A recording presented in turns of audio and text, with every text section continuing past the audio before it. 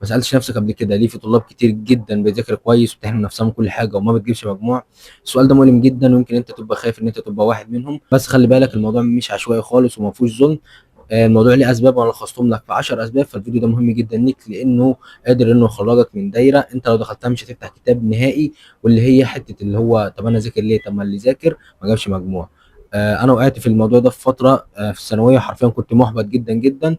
ولما فهمت الدنيا ماشيه ازاي وفهمت الاسباب فعلا، شلت الفكره دي خالص من دماغي. فالموضوع ده منتشر جدا جدا، اكيد يعني حصلت مع حد جارك او حد انت تعرفه ان هو كان معروف ان هو مجتهد جدا ويعني شاطر جدا، وفي الاخر في اخر السنه ما جابش مجموع. ففي الفيديو ده هكلمك في كل التفصيل باذن الله عشان تخلي بالك، لان احنا خلاص داخلين على فتره امتحانات. اول حاجه في قاعده بسيطه كده لازم ناخد بالنا منها، ان هي مش بكميه التعب خالص، لا هي بنوعيه التعب.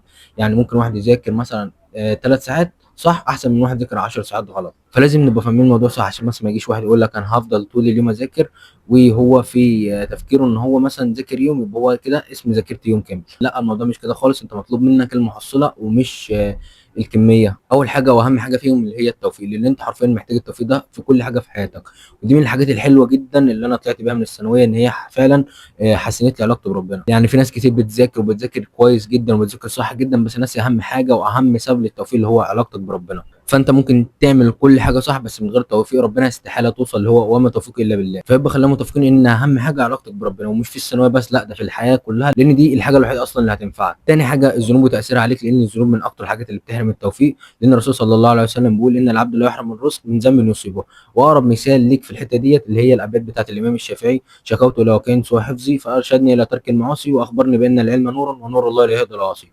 فلو انت لو ركزت اساسا في الابيات، اخبرني بان العلم نور، فالكلام منطقي، العلم نور ونور الله لا يهدي العاصي. فاللي هو كان بيحفظ كويس جدا جدا لدرجه ان هو لما كان بيبص في الصفحه بيحفظها، يعني لدرجه ان هو لو فتح كتاب بيحط ايده على الصفحه الثانيه عشان ما يبصش فيها يحفظها، ان هو يعني يبقى مركز في صفحه واحده. بسبب ذنب بقى سواء كان كبير او صغير بدا الحفظ ده معاه يقل جدا. فممكن تلاقي نفسك مش مركز مش موفق مش عارف تحفظ، في ساعتها لازم تراجع نفسك فورا. بعد كده الدعاء، اللي هو انت تسال نفسك كام مره دعيت ربنا فعلا بصدق ان هو يوفقك، يعني مش مجرد ان انت بتدعي وخلاص. مش مجرد ان انت بتدعي وخلاص مش مركز انت بتقول ايه، او تدعي كده دعاء سريع. فربنا بيقول ادعوني استجب لكم. فحرفيا من احسن الحاجات انت ممكن تعملها ان انت تدعي ربنا بقى، سواء كان في سجود، سواء كان عند الاذان، سواء كان في قيام الليل. هي الحاجه الوحيده اللي ممكن تغير قدرك.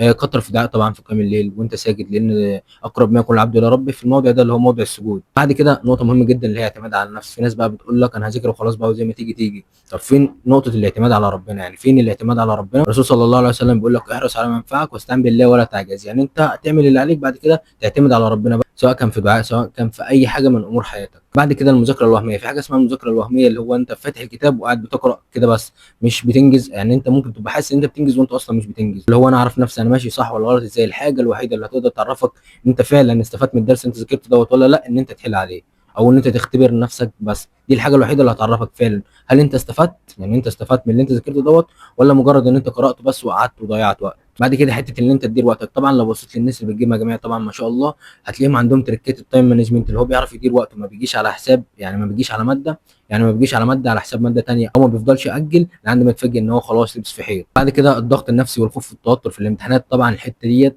اكتر حاجه بتضيع الناس اللي هي شاطره جدا، والموضوع ده بيبقى اكتر عند البنات. يعني في ناس بتتوتر جدا في الامتحان لدرجه ان هو مش عارف يمسك القلم. يعني طب ده هيحل ازاي؟ فطبعا حل الموضوع دوت ان انت تحط نفسك، يعني تحط نفسك في لجنه الامتحان.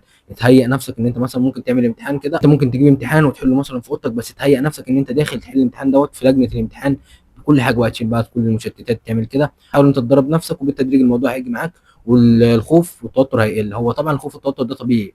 يعني انا نفسي كنت خايف جدا في ثالثه ثانوي وانا داخل الامتحانات طبعا، وعندي دلوقتي في الكليه، وكنت داخل لجنه متوتر وخايف سنه. طبعا ده طبيعي، بس الزياده الخوف الزياده هو اللي هيضيعك. بعد كده بقى حته مشهوره جدا اللي هي حته الحظ. ده بيقول لك ده حظه حلو، ده طب ده حظه وحش. طبعا مفيش حاجه اسمها كده، كل ده توفيق من ربنا، مفيش حاجه خالص اسمها حظ. واخر حاجه عايز اقولها بقى، مش معنى ان في واحد مثلا ربنا مش وفقه في ثانويه فده خلاص بقى فاشل ومش عارف ايه. طبعا مفيش الكلام ده. لو حد فعلا تعب في ثانويه واجتهد ومش ربنا ما وفقوش في ثانويه، فاعرف ان دوت في الكليه بتاعته، سواء بقى لو دخل اقل كليه في مصر، من ذكر طبعا كليات، كل الكليات كويسه، ده لو دخل اي كليه اقل كليه فاعرف ان دوت هيسيب بصمه، هيبقى ليه تاثير فعلا في المجال، وهيبقى من انجح الناس في مجاله، لان طبعا ربنا ما بيضيعش تعب حد نهائي. لو هو فعلا اجتهد وربنا مش وفقه، فهو ربنا حطه في المكان اللي هو هيبقى فيه كويس، وهيقدر ان هو يبقى ناجح فيه، شخص ناجح فيه، ويسيب بصمه فعلا وتاثير كبير. بس كده الموضوع بسيط. طبعا لو وصلت لاخر الفيديو ما تنساش تعمل لايك للفيديو عشان يوصل لاكبر عدد من الطلاب، وتشترك في القناه وتفعل زر الجرس عشان يوصلك اشعار اول ما انزل فيديو. والسلام عليكم ورحمه الله وبركاته.